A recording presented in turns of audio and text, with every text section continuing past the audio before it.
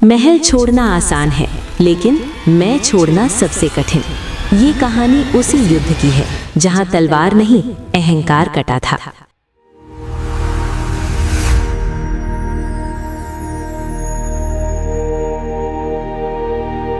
कहते हैं कि जब इंसान के पास सब कुछ होता है, तब उसे उस कमी का एहसास होता है जिसे दुनिया की कोई दौलत नहीं भर सकती।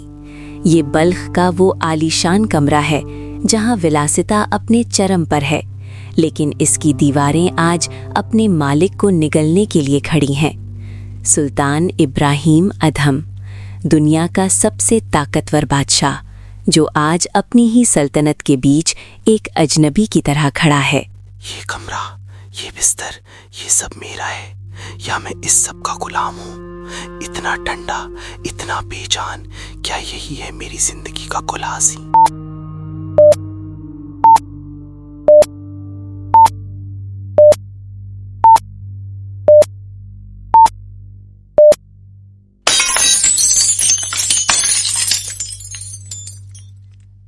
आलम बना, क्या हुआ हुजूर?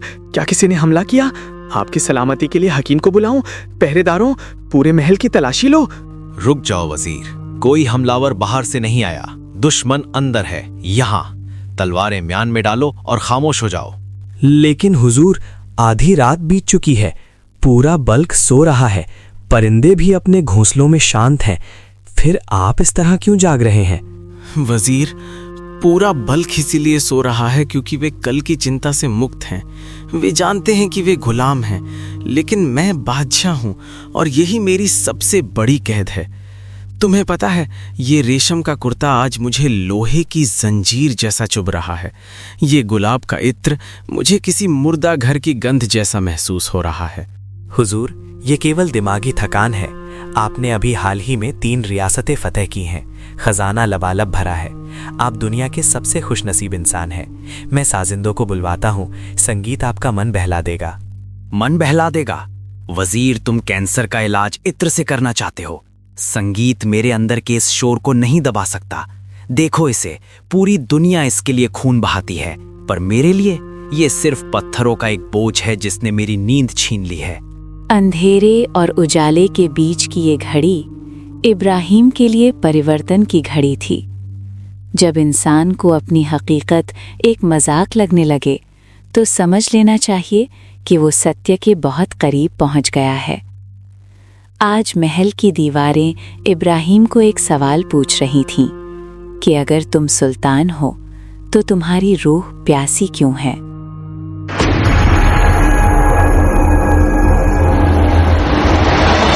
आधी रात का सन्नाटा अक्सर सच बोलने के लिए सबसे मुफीद वक्त होता था। इब्राहिम के महल में परिंदा भी पर नहीं मार सकता था। हजारों पहरेदार दीवारें बनकर खड़े थे, फिर भी आज काल ने उसके सिर के ठीक ऊपर दस्तक दी थी। ये आवाज़ किसी चोर की नहीं थी, बल्कि ये उस इनकलाब की आवाज़ थी जो इब्राहिम की जिंदगी को हमेशा के लिए बदलने वाली थी।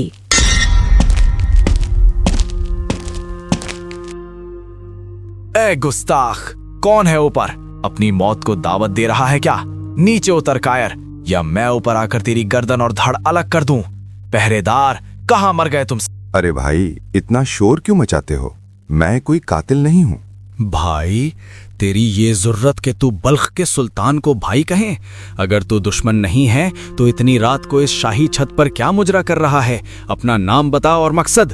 नाम में क्या रखा है सुल्तान? मैं तो एक भटका हुआ मुसाफिर हूँ। मेरा कारवां बिछड़ गया है और मेरा ऊंट खो गया है। बस उसे ही यहाँ छत पर ढूंढ रहा हूँ। शायद इधर कहीं चल रहा हो। हाँ हाँ हाँ, या खुदा, तू कोई पागल है या किसी ने तुझे भांग पिला दी है? ओ नादान मुसाफिर, जरा आंखें खोल और देख, ये संगमरमर की पक्की छत है। यहाँ न घास है न रेत। ये छत जमीन से 100 हाथ ऊंची है। यहाँ ऊंट कैसे आएगा?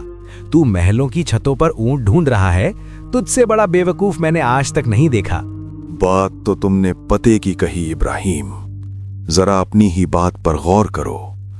अगर पत्थर की छत पर ऊंट नहीं मिल सकता, अगर ये नामुमकिन है, ये मूर्खता है, तो तू मुझे बता सुल्तान, इन रेशम के गद्दों पर लेटकर, इन शराब के प्यालों में और प्रजा पर जुल्म करके कमाई गई इस दौलत में तू उस अविनाशी परमात्मा को कैसे ढूंढ रहा है? ये शब्द नहीं थे, ये आसमानी बिजली थी।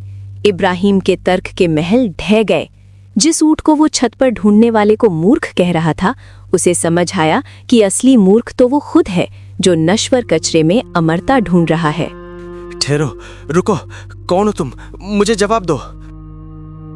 रात की उस आवाज ने इब्राहिम के जहन में एक ऐसा घाव कर दिया था जिसे दुनिया का कोई मरहम नहीं भर सकता था। आज शाही दरबार में सब कुछ वैसा ही था, वही चापलूस दरबारी, वही कागजी हिसाब किताब। लेकिन इब्राहिम बदल चुके थे। वे आज अपनी ही सल्तनत को एक अजनबी की नजरों से देख रहे थे। जहां पनाह मुबारक हो। पश्चिमी रियासतों से इस बार लगान उम्मीद से 3 गुना ज्यादा आया है। खजांची का कहना है कि हमें सोने की नई कोठरियां बनवानी पड़ेंगी, क्योंकि पुरानी सब लबालब भर चुकी हैं। खजाने में रखवा दो वजीर, और नई तिजोरियां बनवाने की जहमत मत करो, क्योंकि मैंने सुना है कि जब इंसान आखिरी सफर पर निकलता है तो उसके कफन में जेब नहीं होती। रुक जाओ पागल फकीर, कहाँ मुंह उठाए चला आ रहा है? ये सुल्तान का दरबार है। अरे भाई, चिल्लाते क्यों हो? मैं तो एक मुसाफिर हूँ, बहुत लंबा सफर करके आया हूँ और थक गया हूँ। सोचा इस सराय में थोड़ी देर कमर सीधी कर लूं।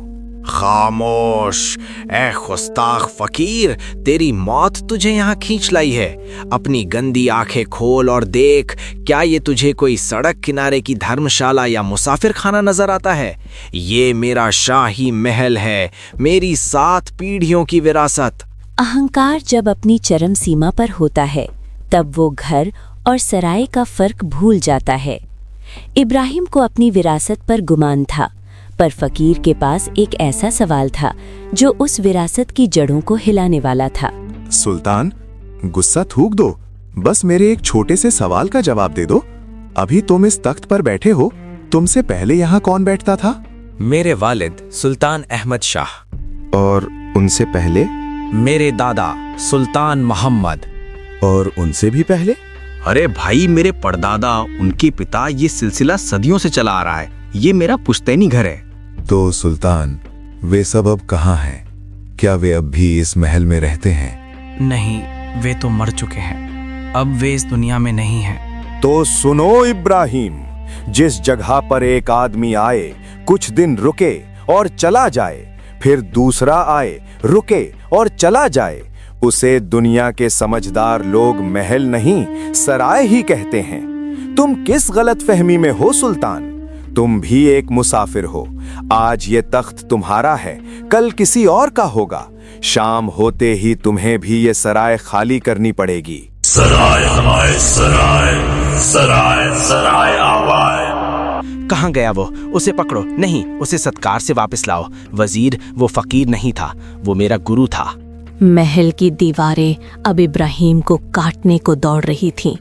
जिस तख्त पर वो गर्व से बैठता था, अब वो उसे कांटों की सेज लगने लगा था। पंछी पिंजरे की हकीकत समझ चुका था, अब बस पिंजरा तोड़ने की देर थी। त्याग की घड़ी आ चुकी थी। दुनिया जिसे बदनसीबी कहती है, भक्त उसे महादान मानता है। इब्राहिम आज वो सब कुछ छोड़ने जा रहे थे जिसे पाने के लिए लोग सदियों तक लड़ते हैं। लेकिन सच तो ये था कि आज इब्राहिम कुछ छोड़ नहीं रहे थे, बल्कि अपनी आज़ादी को वापस पा रहे थे। कितना भारी है ये पत्थर, इसने मेरी आंखों पर पर्दा डाल रखा था। आज से तू मेरा नहीं और मैं तेरा नहीं। यही वो धागा है जिसे तोड़ना सबसे कठिन है, मोह। यहाँ इब्राहिम का मुकाबला किसी दुश्मन सेना से नहीं, बल्कि अपने ही पिता के हृदय से था। एक आवाज कहती थी, रुक जा, इनका क्या होगा? और दूसरी आवाज कहती थी, इनका मालिक वही है जो तेरा है। मुझे माफ करना, मैं तुम्हें उस मालिक के भरोसे छोड़ रहा हूं जो मुझसे लाख गुना ज्यादा तुम्हारा रक्षक है। ये कैसा विरोधाभास है? एक चोर महल में घुसने के लिए रास्ता ढूंढता है और महल का मालिक आज यहाँ से निकलने के लिए छुप रहा है, क्योंकि आज उसे दौलत नहीं सच्चाई की तलाश थी। नहीं, ये जूतियां मुझे कांटों का दर्द नहीं होने देंगी, और जब तक दर्द नहीं होगा तब तक ये मन नहीं पिघलेगा। महल के द्वार बंद हो गए और रूह के द्वार खुल गए। पीछे आलीशान महल खड़ा था जो अब एक मकबरा लग रहा था, और सामने अनंत रास्ता था जहां परमात्मा इंतजार कर रहा था। सुल्तान मर चुका था, अब केवल एक मुसाफिर बाकी था। महलों को छोड़ना तो बस एक शुरुआत थी, असली चुनौती तो अब शुरू हुई थी। कल तक जो पैर फूलों की पंखुड़ियों पर पड़ते थे, आज वे तपते हुए अंगारों और नुकीले कांटों से टकरा रहे थे। इब्राहिम का शरीर टूट रहा था, लेकिन उनकी आत्मा अभी अंगड़ाई ले रही थी।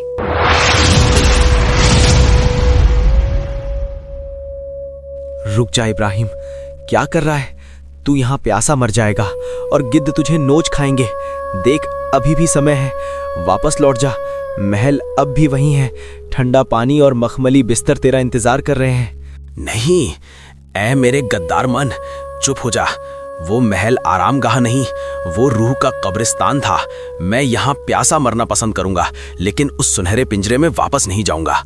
भाई, अल्लाह के नाम पर थोड़ा पानी पिला दे, बहुत प्यास लगी है।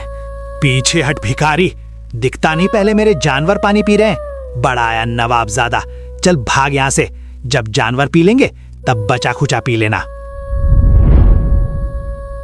ये वो लम्हा था जहां इब्राहिम को अपनी हार स्वीकार करनी थी। तलवार घर छूट गई थी, पर क्या तलवार चलाने वाला स्वभाव भी पीछे छूट गया था?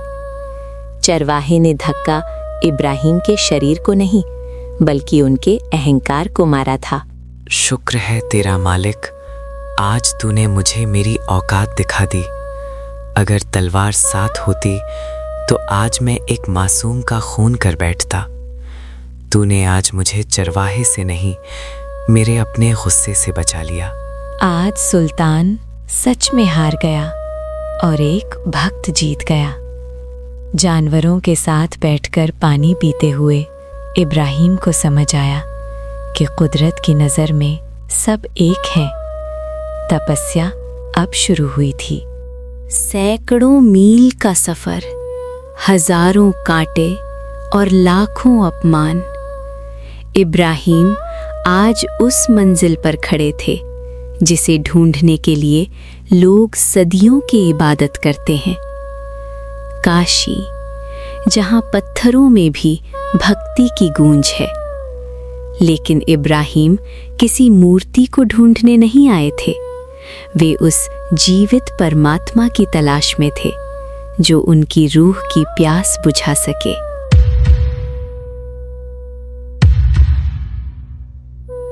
हे दातार, हे दीन बंदो, मुझे बचा लो, मैं हार गया। मैं सब कुछ छोड़कर आपके द्वार आया हूँ, मुझे अपनी शरण में ले लो, वरना मैं मर जाऊंगा। सद्गुरु की उपेक्षा तलवार के घाव से भी गहरी होती है। इब्राहिम सोच रहे थे कि शायद गुरु उनके महात्याग की प्रशंसा करेंगे, उनके घावों पर मरहम लगाएंगे, पर गुरु जानते थे कि जब तक भीतर मैं राजा हूँ का सूक्ष्म गुमान बाकी है, तब तक ज्ञान का प्रकाश प्रवेश नहीं कर सकता। कौन है भाई, क्यों शोर मचा रहे हो? यहाँ कोई दान पुण्य नहीं हो रहा, आगे जाओ, किसी सराय में जाकर रो। महाराज, मैं इब्राहिम हूँ, बल्ख का सुल्तान। आपने ही तो मुझे जगाया था, अब मुझे अपने चरणों से दूर मत कीजिए। ओह, तो तुम बल्ख के सुल्तान हो, हजारों गुलामों के मालिक? तो यहाँ इस धूल में क्या कर रहे हो? क्या काशी में कोई नया किला फतेह करना है? इब्राहिम, राजपाट छोड़ना आसान है, पर फकीरी निभाना अंगारों पर चलने जैसा है। इब्राहिम, मेरे आश्रम में कोई राजा नहीं रहता, यहाँ सब बराबर हैं। हमारे आश्रम के शौचालय बहुत गंदे हैं, नालियां भरी हुई हैं। क्या तुम बल्ख के सुल्तान होकर अपने हाथों से मैला ढो सकते हो? क्या इस गंदगी को साफ कर सकते हो? इब्राहिम के सामने दो रास्ते थे, या तो शाही गौरव लेकर वापस लौट जाएं, या फिर अपने अहंकार का गला घोंटकर मैला ढोने वाला बन जाएं। ये वो पल था जहां सुल्तान को हमेशा के लिए मरना था। गुरुदेव, मेरे मन की गंदगी उन शौचालयों से भी ज्यादा बदबूदार है। अगर बाहर की गंदगी साफ करने से मेरा अंदर साफ होता है तो मुझे ये मंजूर है। आज से इब्राहिम के लिए एक नया युद्ध शुरू हुआ, मैले के खिलाफ नहीं बल्कि अपने मैं के खिलाफ। गुरु की मार और समाज की दुत्कार ही अब उनकी औषधि थी। बीज को पेड़ बनने के लिए खाद में दबना ही पड़ता है और इब्राहिम अब दबने को तैयार थे। त्याग केवल एक दिन का फैसला नहीं है, ये हर दिन का संघर्ष है। कबीर साहिब जानते थे कि इब्राहिम ने राज्य तो छोड़ दिया, पर क्या उसने राजसी स्वभाव छोड़ दिया है? सोने को कुंदन बनाने के लिए उसे बार बार आग में डालना पड़ता है। इब्राहिम को गलने के लिए सद्गुरु ने अपमान की भट्ठी तैयार की थी।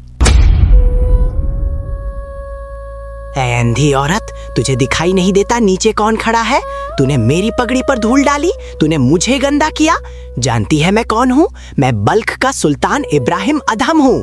अगर आज मेरे हाथ में तलवार होती तो तेरी गर्दन धड़ से अलग कर देता। माफी मांग मुझसे। अभी बादशाह जिंदा था, वस्त्र फकीरों वाले थे, पर रूह अभी भी तख्त पर बैठी थी। गुरु दूर से देख रहे थे और मुस्कुरा रहे थे। अभी लोहा बहुत कच्चा है। हे मालिक, ये मेरे किन पापों की सजा है? कल तक मैं गुलाब जल से नहाता था, आज मुझ पर गंदा पानी फेंका जा रहा है। मैंने सब कुछ छोड़ दिया, राज, वैभव, परिवार, फिर भी मुझे यहाँ सिर्फ जलालत मिल रही है। क्या यही मेरी किस्मत थी? मैं दुनिया का सबसे बदनसीब इंसान हूँ। क्रोध तो चला गया, पर अब आत्मदया ने जगह ले ली। इब्राहिम को अभी भी लग रहा था कि मेरे साथ बुरा हो रहा है।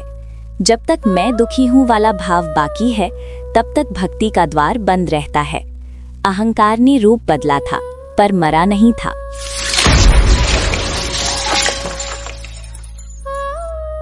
धन्य हो माई, तेरा लाख लाख शुक्र है।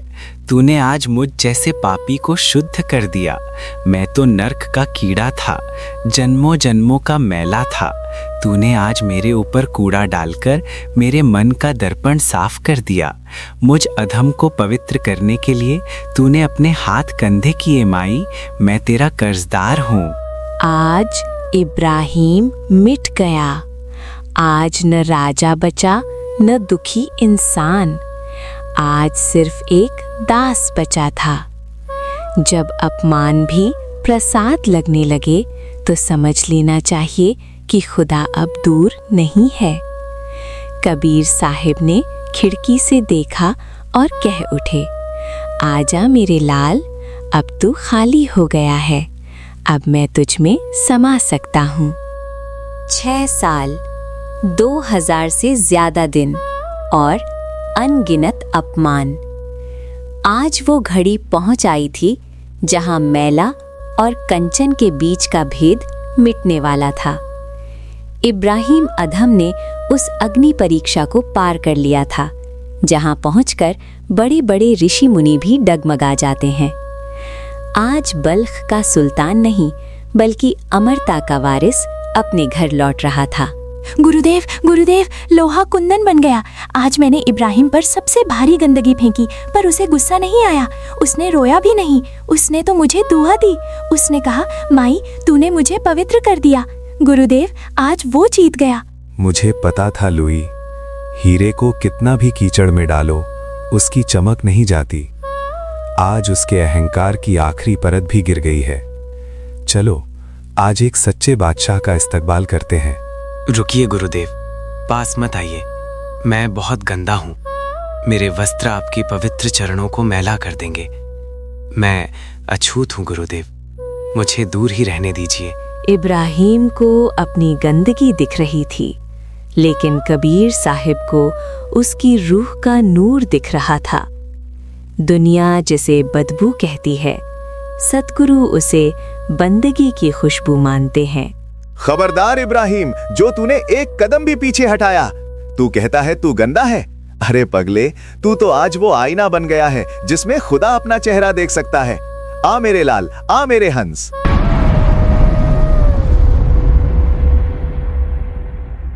बस इब्राहिम, बस। आज से तू सुल्तान नहीं, तू मेरा संत है। तूने वो जंग जीत ली जो दुनिया को जीतना भी फीका कर देती है। तूने खुद को मार दिया, इसीलिए तू हमेशा के लिए जिंदा हो गया। इब्राहिम अधम ने साबित कर दिया कि राजपाट छोड़ना आसान है, पर मैं अहंकार को छोड़ना ही असली त्याग है। सोने के महल छोड़कर भी अगर अहंकार नहीं गया तो सब व्यर्थ है, और कीचड़ में रहकर भी अगर अहंकार मिट गया तो वही मोक्ष है। आज बल्ख की सराय खाली हुई और सतलोक का सिंहासन भर गया। शीस तारे भुई धरे, तब बैठे घर माही। ऐसे कृपन को साहिब मिले कि नाई।